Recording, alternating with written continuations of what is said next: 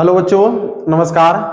आज हम बायोलॉजी का आपका जय प्रक्रम चैप्टर का सारा एनसीईआरटी बुक का ऑब्जेक्टिव लेकर आए हैं।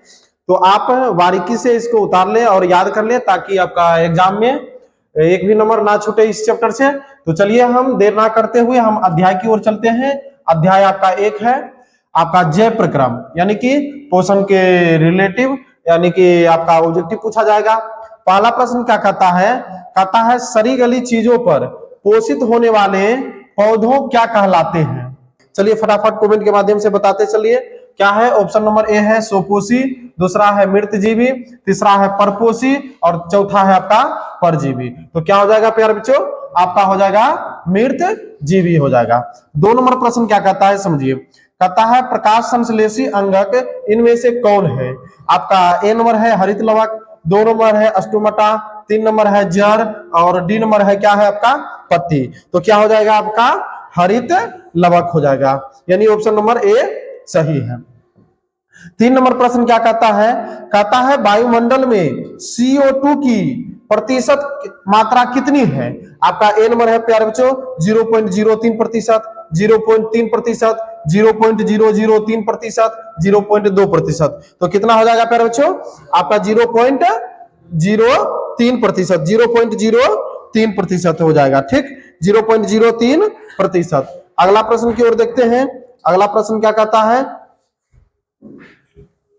4 नंबर प्रश्न है, 1 मिनट।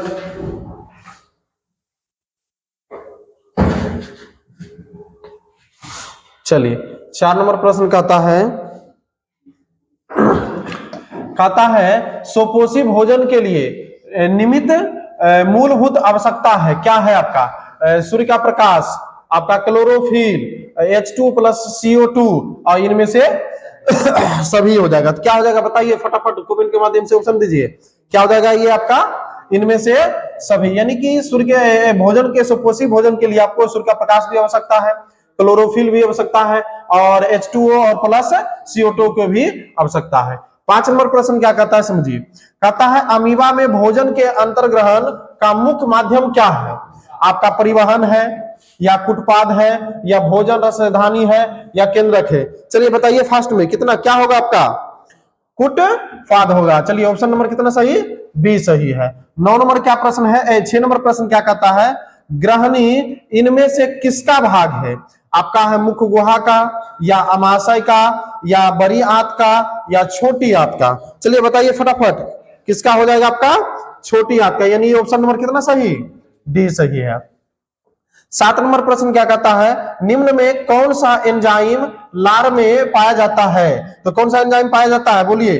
पेप्सिन या क्या है टाइलिन या ट्रिप्सिन या काइमोट्रिप्सिन? तो क्या हो जाएगा आपका यहाँ पर?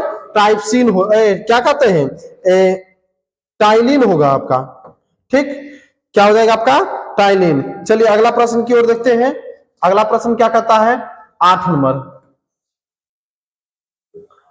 नंबर प्रश्न है अकल दंत है। बताइए अकल दंत कितना है जल्दी बताइए। अच्छा कौन सा है?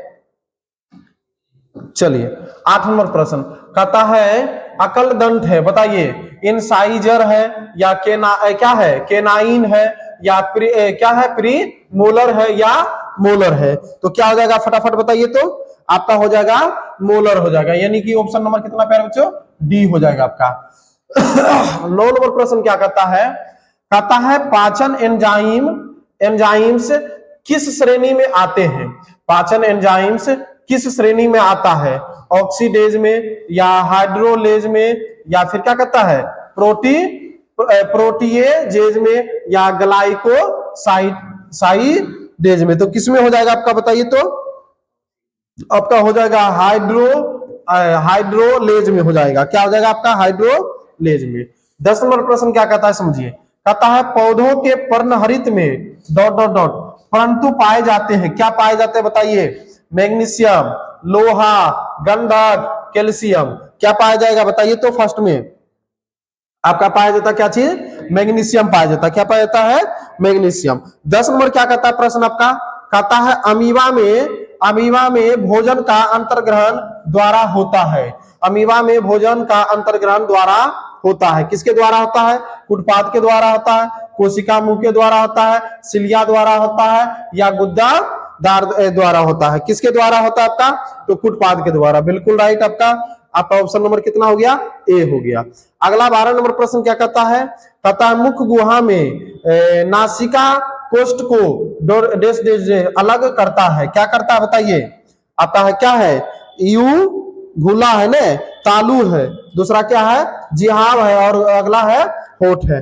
तो क्या हो जाएगा आपका फर्स्ट में बताइए? तो आपका क्या हो जाएगा? तालु। क्या हो जाएगा? ऑप्शन नंबर सही बी हो जाएगा आपका तालु।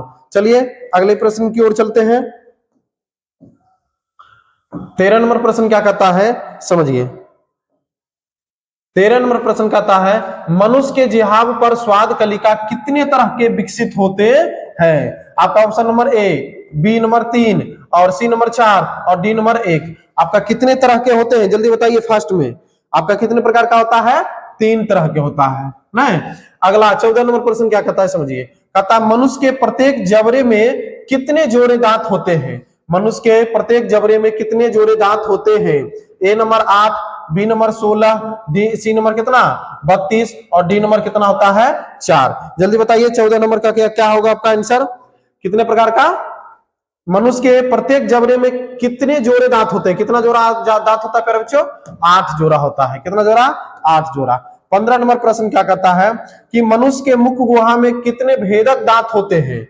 मनुष्य के मुख गुहा में कितने भेदक दांत होते हैं? कितने भेदक दांत होते हैं बताइए। फास्ट में कितना हो जाता है आपका? 4 भेदक दांत होता है, यानी कि ऑप्शन नंबर कितना हो जाएगा आपका? डी हो जाएगा। चलिए अगला 16 नंबर प्रश्न देखिए। 16 नंबर प्रश्न क्या कहता है? 16 नंबर, एक मिनट इसका क्या था प्रश्न? मनुष्य के मुख गुहा में कितने भेदक दांत होता है? 2 होता है। कितना होता है? ऑप्शन नंबर 2 होता है, भेदक दांत पूछ रहा है। चलिए ये 4 नंबर जो ऑप्शन बताए थे ये क्या है आपका? गलत है, यानी कि सही कौन है? 2 नंबर है।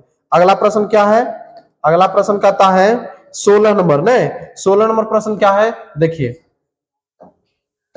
16 नंबर कहता है मनुष्य के लार में उपस्थित किण्वक कितने पीएच पर कार्य करता है?